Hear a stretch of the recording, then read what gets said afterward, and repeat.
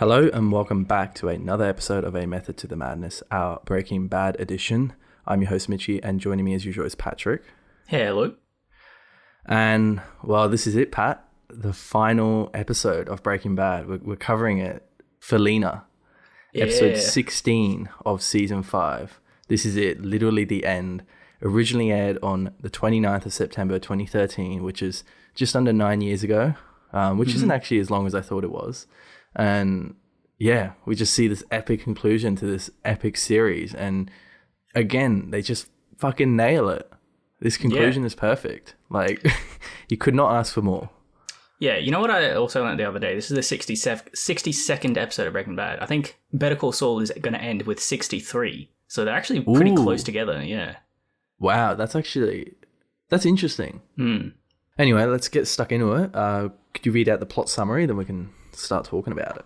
Okay. Please. So, Walt returns to New Mexico. He confronts the Schwartzes in their own home and blackmails them to give all his remaining drug money to his children through the guise of philanthropy. He claims he hired hitmen who are in fact Badger and Skinny Pete with laser pointers.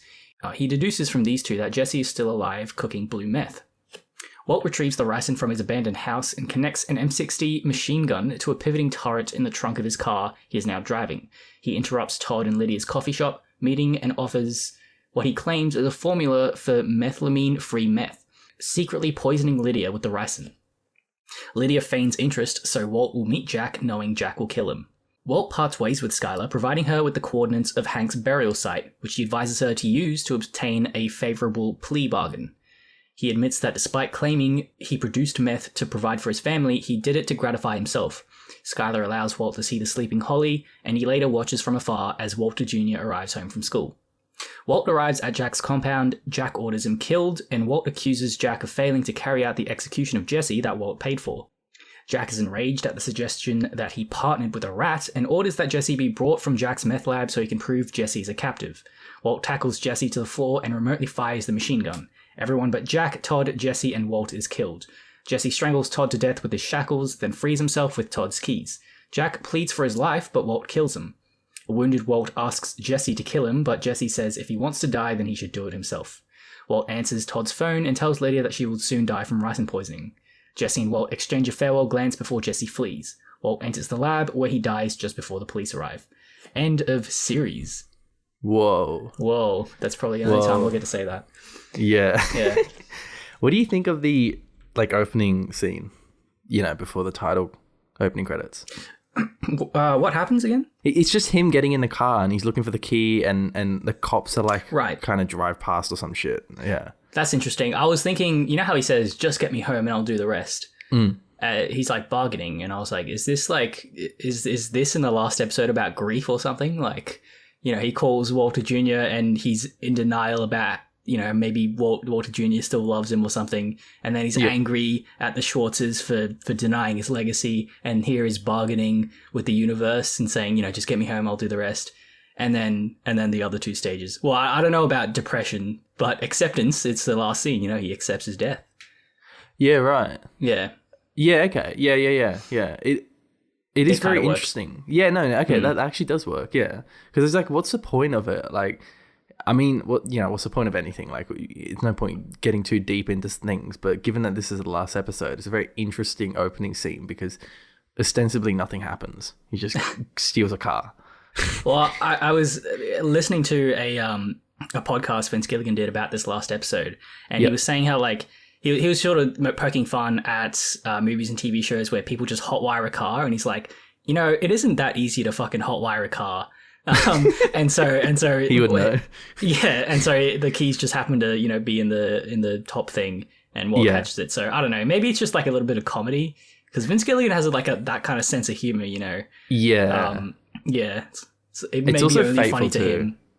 Like you said, he's bargaining with the universe, and then the keys just drop into his lap. Yeah, exactly. It's giving him the last final thing he needs to do, and it's just his final mission. He'd almost given up in the end of the last episode, and now he's finally got this mission. He's gonna finish it all off and die in the process. And it's just that hope that randomness finally coming to favor him. Yes. Yeah. Exactly. Yeah. Then obviously the rest of the episode. It's very it's so clean, this episode. I just like how every scene is exciting and very meaningful. It wraps up to the conclusion perfectly. That's what this episode is about. It's just like the perfect conclusion episode. There's not a single fucking second of this episode where it's like not needed. Like, it's all necessary. It's all awesome. I've noticed that Breaking Bad does this a lot, where it really leaves it wraps things up at the last possible second. Like, because this whole show is such a slow drip, I feel. And then in the last episode of every season, they always somehow manage to wrap everything up. And so well. Yeah. How do you do that? Yeah, exactly. Well, I mean, to your point about how they just utilize every scene somehow so exactingly, and, you know, so like with such precision, where it just sort of ties up everything. And it's only 10 minutes longer than your standard Breaking Bad episode. Yeah. You know, like every other show, they like to make a big deal about finales. Like fucking Westworld, you know, it's like a whole movie in the last episode. Like, but this one, they're like, oh no, we only need an extra 10 minutes. We're going to wrap this shit up perfectly. And they do it perfectly. And it's just like, with the time they're given, they just do so much so well. Yeah. Anyway, Walt is essentially, we've seen a lot of this before with the kind of foreshadowed scenes in a few of the episodes before, like the machine gun in the car, when he goes to the diner and writes 52 down, he gets a ricin from his home. But there's also a few other things setting up, and we start off with him obviously trying to find out where the Schwartzes are, and he, again, classic Walt, just deceiving people, being very intelligent. But why does he leave the watch on the payphone? Yeah, I don't know. I mean, he doesn't need it anymore. He knows he's going to die. So he's like, I'll just give this to some random dude who finds it. Yeah, but that's the one that Jesse gave him, right? For his birthday. Okay. Just interesting that he just left it there. Yeah, I didn't really give it much thought. I don't know. Yeah, I suppose that's it. Like, he's like, I don't need it anymore, I guess. But he's very pragmatic, Walt. Also, how does he actually get the address? Because, you know, he calls, like, posing as like a cameraman for the company that did like a photo shoot, right? Yeah. And he's calling the Schwartzes like, you know, PR manager or something like that. Yeah. Yeah, okay, I guess I just answered my own question then. So but like, I don't know, it kind of doesn't make sense to me. Like, can you, I don't know, surely there would be like more process involved in that if you wanted to schedule like another photo shoot or something like that, you know? Yeah, I guess maybe he got lucky with with the secretary or PR manager, whoever it is, that she's a little bit silly giving away the address like that. Yeah. But there's a lot of luck in this episode. Like there is. Fuckload of it. Like Walt is banking on a lot of shit that's just literally random. Yeah, for sure. Yeah, I'm sure we'll get to that bit. Yeah. Yeah. But anyway, following on from this is straight away we get into the Schwartzes, which I actually remember being quite late in the episode, but it's actually literally right at the start. And man, this is such a good scene. Like, just wrapping up these characters, I think, is the main point I wanted to make. Like, we haven't seen these guys since like season 1, aside from the TV show last episode. Yeah. And it just makes sense, you know, that we come back to that, because it's sort of like the driving force as to why Walt made the decisions that he did. He started off because of this. Because of these two, because of their company. Yeah. What struck me is, like, kind of how happy they are. Yeah. Which, like, you know, like, I feel like they really haven't done anything wrong, but to Walt, that must really piss him off, you know? That they're just so content. Even, you know, like, we like to think that rich people are actually sad because it makes us, the working class, feel better. But really, no, they're fucking living it up. Like, they're happy. Yeah. That's a good point. Yeah. But it's good. Like, I feel like the Schwartzes are good people. Yeah. You know, I think they are. Yeah, there's nothing wrong with them. And they started off from nothing, really. And, you know, became millionaires or billionaires or however big Grey Matter is. But they're happy, yeah. It's actually quite nice to see that. Like... Yeah. I love the bit where, you know, Walt's about to leave before he reveals, like, the laser pointers, and he goes, I can trust you to do this. And then, as if to gauge Elliot's reaction. And then you can immediately tell that he was going to call the police just immediately after Walt leaves, you know? Yeah. It's such a good... It's like the way Walt, like, paces and structures that little act he does is, like...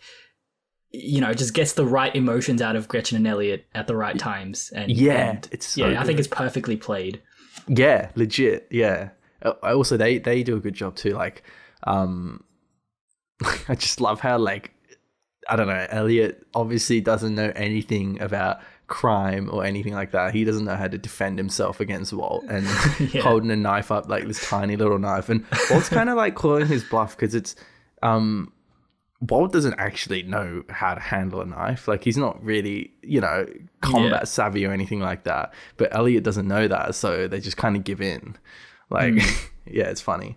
Yeah, Walt's good at bluffing at this point. Yeah, and also how sad is it when he says to them, like, how he's talking about himself. And he says, he's referring to himself, like his kids had this terrible father, a man whom you once knew. And then Gretchen kind of gives him this, like, really, like, like sad look, I suppose. Like, it's just, what a devastating thing to say, like he's almost acknowledging that his old original identity is not there anymore and irretrievable for himself.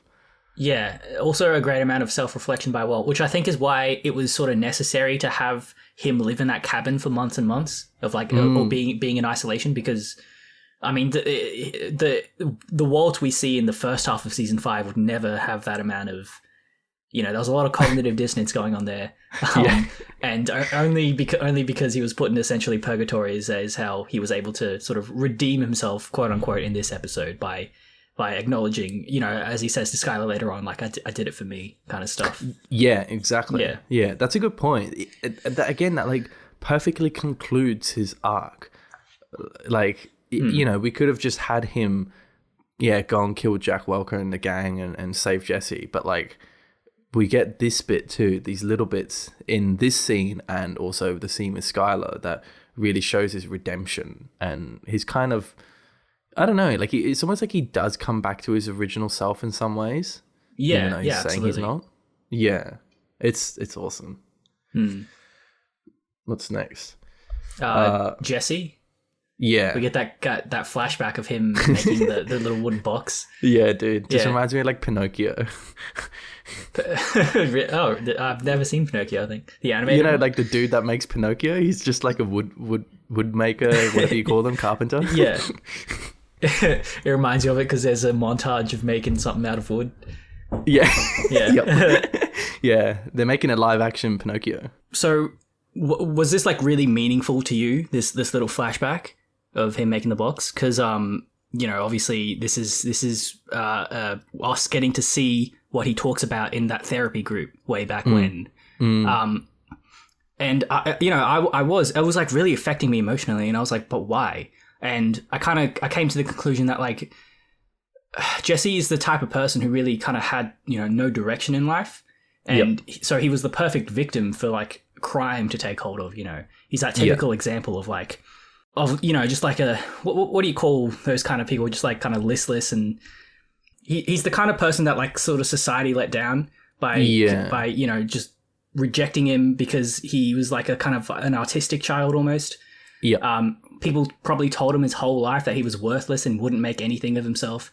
And it's a window into seemingly, into how seemingly normal kids become indoctrinated into a life of crime. And then, Jesse actually did have some value. Like, he did have some passions, like this bit of him making a wooden box. Like, it wasn't, it may not be something that significant in the eyes of other people, but for him, it was everything.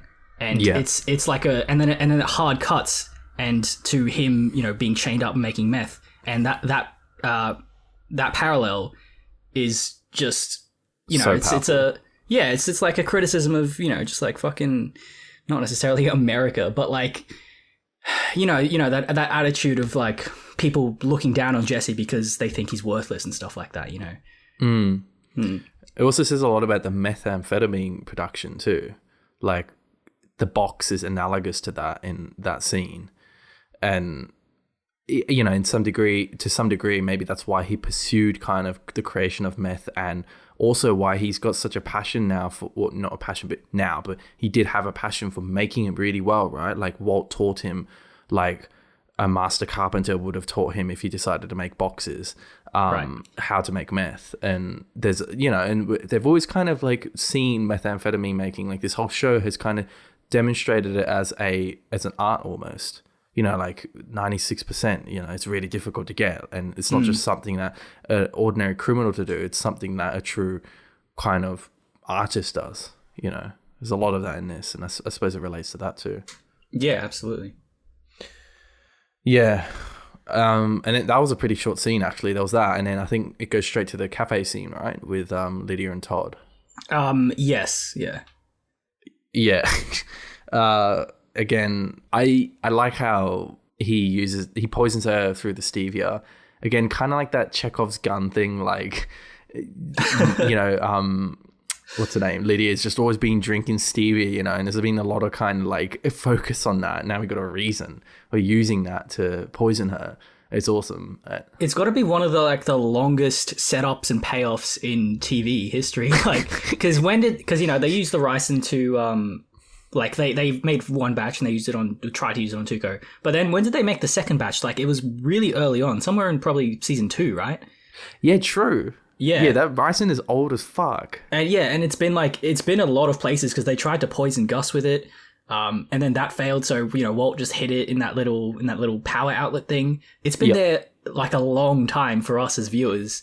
Yeah, it's funny, man. It's just, yeah, as you said, it is a Chekhov's gun. That it had to wait years and years until it was fired. Yeah, legit. Yeah, but they don't let you down. They fucking use it. Yeah. They know what's up. Yeah, I mean, otherwise not much happens in this scene. You know, they're setting up to get Walt killed. Just the usual, our psychopaths being psychopaths. Yeah, and Walt being an amazing actor once again. Yeah, groveling again. Yeah. You know, to get his way. Yeah, then we move on to, for me, the most moving scene in this episode with Skylar and Walt, and how Marie gives Skylar a call. She's dyed her hair a different color, presumably related to Hank's death, which is sad. And this is the last time we see Marie, right? The only time we see her in this episode. And which I like, actually. I like how the conclusion of characters in this episode is kind of very, I don't know, non-ceremonious, you know, like this is a big deal concluding Breaking Bad. And they're just like, yeah, Marie, you know, she's been a pivotal character in the whole series, but we're just going to have her last scene being a phone call to Skylar, and that's it. No significance to it, really.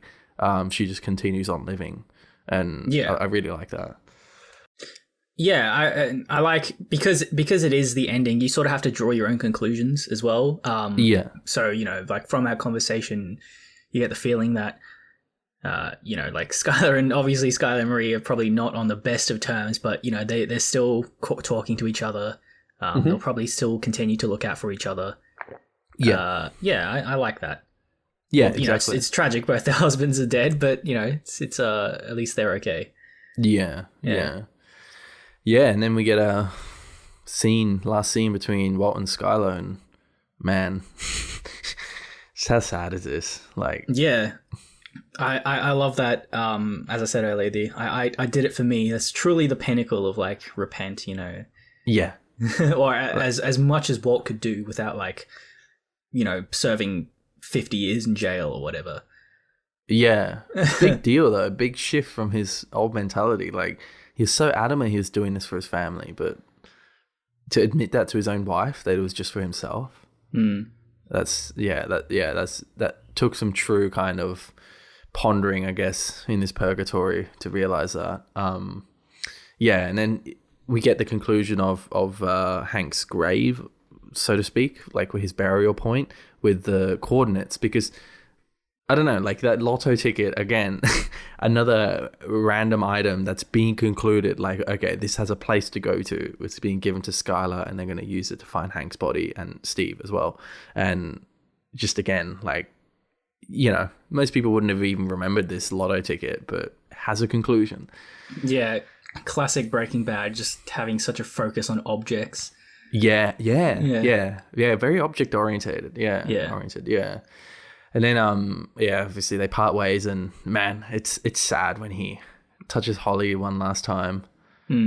Like, fucking hell. And I like how, you know, obviously he doesn't have a goodbye with Walter Jr. He has to just watch him from afar, which is appropriate. Like, I don't know, it probably wouldn't have gone down well anyway if he did try to meet Walter. Probably Jr. would have called the police. Yeah, exactly. Yeah. And it's more than Walt deserves probably. So yeah. Yeah.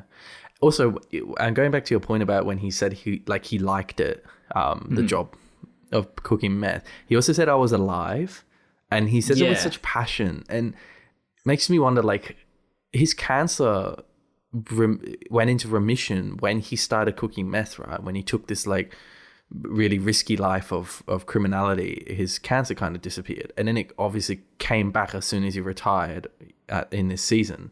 Mm-hmm. There's a lot to that kind of when he says I felt alive, I was alive. Like it's like, I don't know, because prior to Breaking Bad, he had such a mundane life as a high school teacher, and we all know that, we all see that in season 1, episode 1. And this, I don't know, it was just a big thrill ride for him, this methamphetamine journey, and you can really see that, and his body kind of reacts to that in that way, with the way the cancer works. And I don't know, it's just kind of interesting, like he did a lot of bad things, but man, he must have had a good time too, is kind of what he's trying to say. Yeah, I like Skylar's reaction to that as well. It's as if she's like satisfied with that explanation, like, yeah, that's what I got out of her performance. Like, because, from Skylar's perspective, it's like, it just your husband just turned your whole life to shit. Like, why? Yeah. And just that little line of "I was alive," that probably meant a lot to her as well. That probably, like, it clicked. A lot of things clicked for her, knowing she was probably the person who knew Walt the best. She probably knew about Walt's, struggles in life. And true. Yeah, I don't know. I got that out of her performance. She's like, okay, that's good. I can live with that. That's actually a good point. Yeah, because he, like you said, she knew exactly what he was like. It must have been somewhat of a content kind of way for her husband to react to that. Like, it's not the worst reasoning. Yeah. And then that's it. The final scene, right after this one. It's a long final scene, but yeah. Yeah, so good. So we got Walt wearing his classic beige bomber jacket that he, I think, was wearing in season 1 and 2. It's probably not the same one, but it looks very similar, which I find interesting, Yeah, and then again, like we were saying before, this is a bit where, man, he's really like riding on the dice rolling of the universe to make sure shit goes right. Like, all right, so here are the variables, right? They all have to be in the clubhouse. The car has to be parked exactly right. They have to not check the trunk, and Walt has to also be able to get his keys. Yep, and And then part thing is that he kind of needs to survive being shot at, which he sort of does, like, temporarily to, have his final bit. Does he need to survive? Well, I don't know. Like, I suppose he wasn't expecting Jesse to be in there, but what do you reckon his plan was? I mean, he obviously wasn't planning to be shot by his own gun, right? Because it seemed accidental. But did he want Jesse to kill him? Well, no, I think as long as everyone else died, he was fine dying in his thing. It's just that he had to improvise a bit when Jesse showed up. So he didn't want Jesse to die, so he tackled him. And therefore, Walt was on the ground as well when the thing went off. And then, because he was planning to die by his own thing, he says to Jesse, I want you to shoot me. So you reckon he was actually intending to be shot by that machine gun too, along with Jack Walker and his gang? Mm-hmm. Yeah, I don't know. I don't see that. Like, seems like a kind of like a dishonorable way to die. Like, he just dies there along with Jack Walker and his gang. Like, I feel like he would rather commit suicide or something afterwards. But thankfully, we don't need to see that, because I feel like suicide wouldn't have been a very good option for Walt. Instead, we kind of get this long, drawn-out death when he gets shot in the guts. Like, it's a good way to die. Like I'm not saying that is a good way to die. Like, that's probably a terrible way to die, but it's a good way for us to see him die. Maybe his plan was to kill all of them, cook one last batch of meth, and do it all in OD. For the first time in his life, tries. Yeah. I don't know about that. For all the drugs to OD on, I probably wouldn't pick meth. Yeah, meth would maybe not be too good. Yeah. But yeah, so he's banking on a lot of this shit, and it's not far-fetched. It's believable Like, they have no reason to check the trunk. Because why would they? You know, the dude has... If he's going to kill them, he would carry the gun, obviously. They're not going to expect some fucking complex contraption in the back of the trunk, that in the back of the car, that's going to kill them. So I can believe that. I can believe that he can grab the keys somehow, that they just happen to be there because they're just car keys. They're ostensibly of no threat whatsoever. I can believe that they're all in the room together. You know, that's not too unbelievable. So, you know, it doesn't seem too far-fetched. Like... Which is interesting because you'd think something so elaborate would be kind of like you'd watch it and you're like, yeah, I don't know about that. Like, seems a little unrealistic, but it kind of all works. Like, it does work. Well, I think it works because there are some little complications along the way, like how that dude won't give him back his keys. And how, and then because of that, Jack also plans to kill Walter like right away, and then he has to think of that Jesse thing on the spot. Which is really clever because it's like, we know what Jack Welker's like. We've talked about it quite a lot. That's a classic kind of insult for a man like that, like calling him a liar. Yeah, just appealing to his criminal honor. Yeah. Yeah, there's just something about people like that. Like, there are some people, you know, we probably both know that are like similar in kind of like similar principles and honors like Jack Welker. You tell them they're a fucking liar, they're gonna be fucking enraged, bro. Like, that's how you piss someone like him off. Yeah, absolutely. It's funny. And then obviously Jesse comes out and he saves his life. You know how Jesse kills Todd, and Todd, just before he gets fucking clotheslined by Jesse's shackles, he says, "Mr. White," after looking out the window. Oh, does he? He looks out the window. Yeah, he looks out the window and he looks at the machine gun and what happened. And he says, "Mr. White," and is about to say something, but then Jesse strangles him. Why would he say... What was he going to say? Mr. White? Like, firstly, that's a weird... Like, the dude just killed, like, all your friends and your uncle, right? Well, like, Mr. White is an endearing kind of term. I know he's always called him that, but it's kind of strange. What was he going to say? I don't think why did he not just turn on them? I don't think he knew that it was because of Walt. You reckon? I think... No, Todd's not a very smart person. I don't think he put it together. Because he looks out and then the shot is focused on the car. Yeah. Right? Yeah. So I think it's meant to imply that, like, Todd thought it was like just a shooter, like someone, you know, with a gun. And then he sees the car and he's wondering what that is. Yeah. Okay. Yeah, that could be true. But, like, surely he sees the bullet holes and the barrel of the gun kind of swinging there. Like, I don't know. It's quite a strange sight, you know. Yeah, true. Like, yeah, I'd pause for a moment if I saw that as well. Yeah, I was thinking, like, maybe it could be he was going to say something about comment or basically compliment of some sort in some twisted way, because Todd has always had some respect for Walt, right? And he doesn't really like him this episode, but then the fact that they just all get, like, destroyed by this random machine gun setup and he sees it, I thought he was going to say something like, "Holy shit, like, what did you just do?" But, like, wow, like, you know, almost like a exclamation of, I don't know, just awe, really. Yeah, maybe, because, I mean, I wonder how he would feel if his Uncle Jack got killed just, you know, outside this scenario. Like, would he feel sad or remorse or anything? Yeah, like, you know, not. Like he probably if his whole crew just got killed, and Todd's reaction probably would just be like, "Wow, that was intense," you know, like that was something. Yeah. But we don't give him the satisfaction to say what he wants to say. Instead, Jesse just strangles the fuck out of this dude. It's weird. I still, man, Todd's horrible, but I still feel bad in this scene when Jesse strangles him. It's just, I don't know. He's the best kind of psychopath, man. He's just such a like a soft, likable criminal. Almost.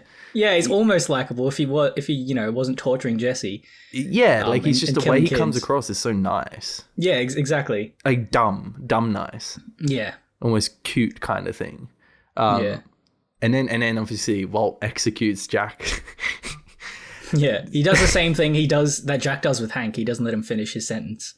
Yeah, exactly. Yeah. But he puffs on that ciggy before he goes. He's just like kind of begging for... He's almost begging in a way. Like, Jack doesn't seem like the kind of guy to beg, but he is trying to barter his way out of the situation, trying to survive, which I wouldn't have expected from him. I thought he would just take the death like the kind of person he is. Like, he would just be like, yeah, fucking whatever, this is the end, good job, kill me. But no, he's trying to live. You know what I like about this scene is how it shoots through like concrete and plaster, right? Like, and which is something like military grade weapons do. Like in movies, you always see people hiding behind cars and shit when people are shooting at them with like with like assault rifles, and you're like, bro, that would just go straight through the car. And I like that this again, like speaking to the realism of Breaking Bad, it just goes straight through the wall, and it is more than enough to kill everyone there. Yeah, exactly. Yeah, especially in M60 machine gun, that shit looks fucking intense. And that's a good point you raise. Like, yeah, movies do a really bad job at depicting how powerful, powerful rounds can be from a weapon. Like Heat is a good example of a movie that does a good job of that. And also The Matrix, that scene where they're kind of like jumping around in the lobby of that building, and those SWAT team comes out, and they're shooting up the brick pillars and stuff. And the pillars are just like being totally demolished. Like, rather than just like making a hole, it breaks the whole fucking thing apart, because that's what full metal jacket rounds would do. And yeah, you're right, like this is again just realistic kind of portrayal of a machine gun shooting up a building. Like, yeah, those guys would all be dead. Take note, Rainbow Six Siege. Well, you can penetrate through some walls and that. not all the walls though. Not all the walls, yeah. Not the brick ones. Yeah. Yeah, and well, that's pretty much the end. We got then Walt and Jesse meet one last time. And man, when Jesse speaks, because he doesn't say anything, right, until he's pointing a gun at him, and Walt asks him to kill him, and he says like, I want to hear it. I want to hear you say you want it. That voice that Jesse has, Aaron Paul, was like really unique, kind of like gruff, monotone kind of voice. Yeah. Like this really weird tone. Like it's very unique the way he kind of speaks, but it's filled with a kind of like a lot of emotion, even though it's kind of a very strange monotone voice. Like, I don't know what it is about it. It's just really moving. Yeah, just based on how he laughs at the end when he's driving away, it's like, it's as if he's, his throat is fucked or something like that. Yeah. But Aaron Paul kind of just has a voice like that. Like when he speaks, it's really like, I don't know, I don't know how to describe it. It just sounds like him, and it's super like not very melodic. Like it just this tone, really unique tone, and he's spoken like that the whole season, and even other things he acts in, he speaks like that too. But it's just something about it that's very kind of like, I don't know, human.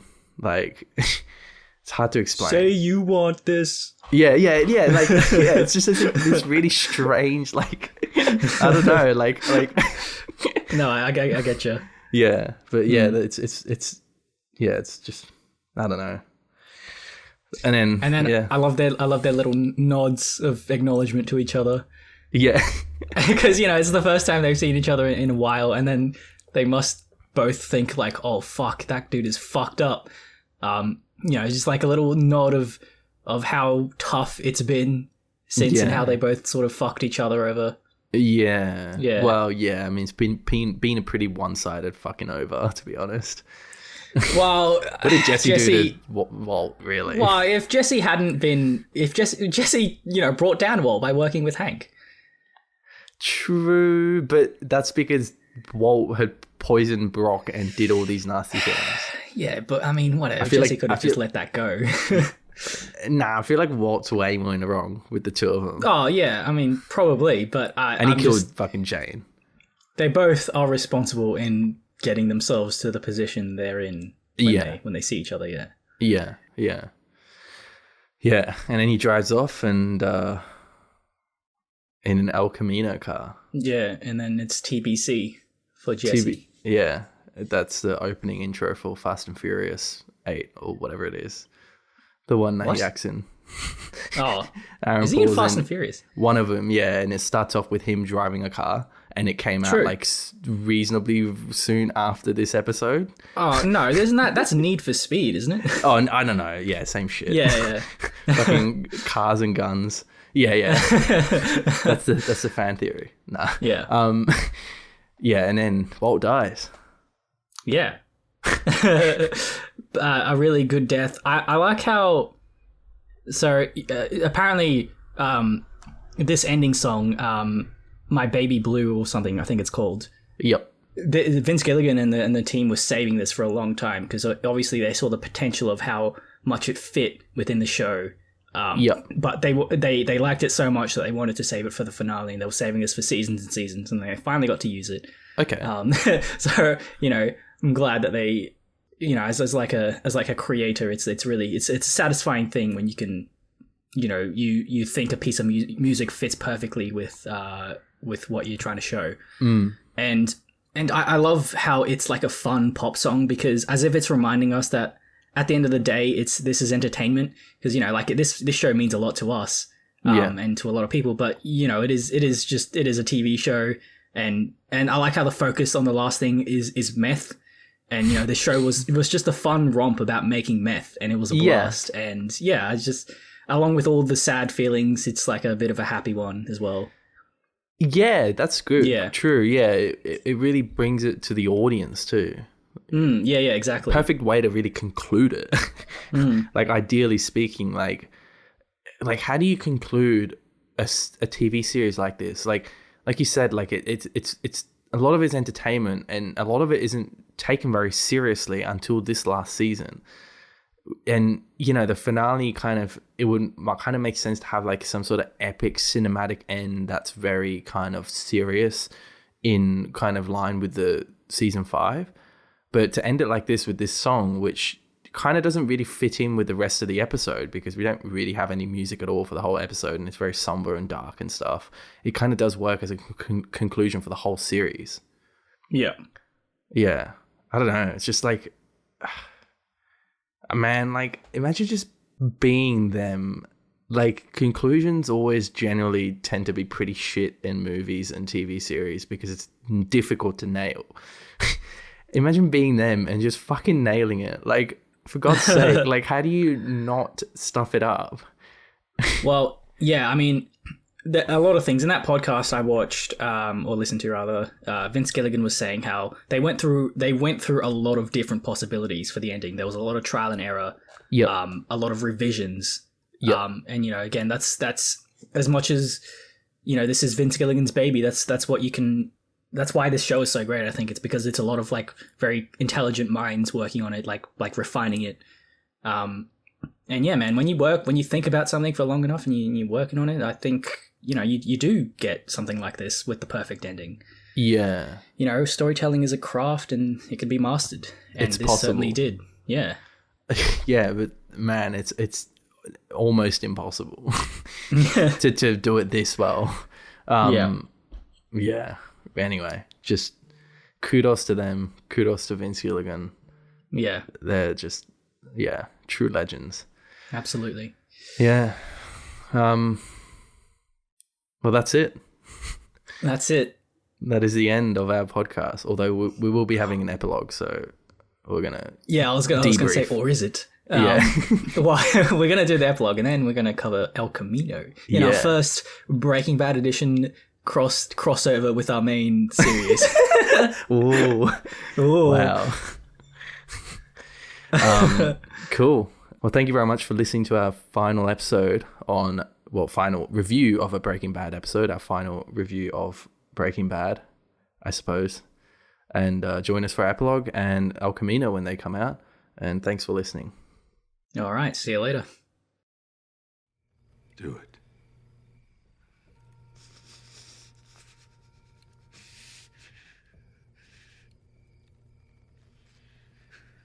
You want this? Say the words! Say you want this! Nothing happens until I hear you say it.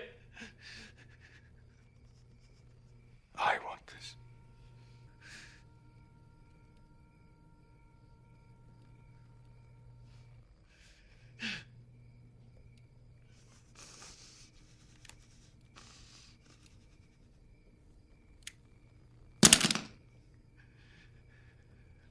Then do it yourself.